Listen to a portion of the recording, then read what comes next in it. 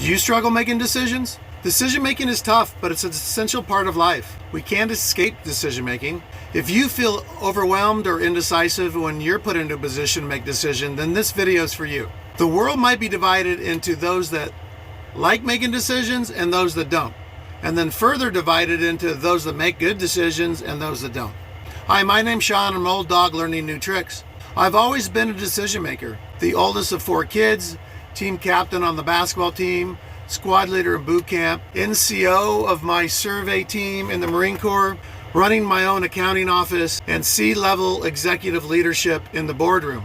For me personally, I found that I would rather be the person making the decision than be the person that needed to follow a bad decision. For me, the pain of making a decision was far less than the pain of not making a decision. And the other thing is I just thought I could make better decisions and I wanted to prove it. But before we get into the specifics, I want you to understand 2 points. The first is that decision making is a process. There is a defined method that can be taught and learned.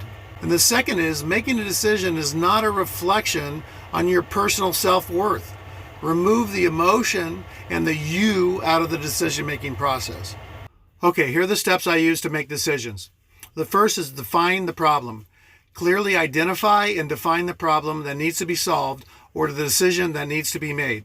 Specificity is our friend here. Number 2 is gather information. Collect all the relevant information about the problem or decision, including data, facts, opinions from a variety of sources. I used to drive my staff mad. They would come in and ask me a question, and I would answer their question with a series of questions. And what I was doing is trying to gather the relevant information so that I could give them the best possible answer. Number 3 is identify the options. Generate a list of potential options or solutions to the problem. And then evaluate the options. Consider the pros and cons of each option and how it will impact the situation. And then choose an option. From the list you generated, select the option that best meets the criteria. Next, implement the decision. Put the chosen option into action. And then lastly, evaluate the results. And this piece here is, I think, one of the most important, and I also think rarely gets done well.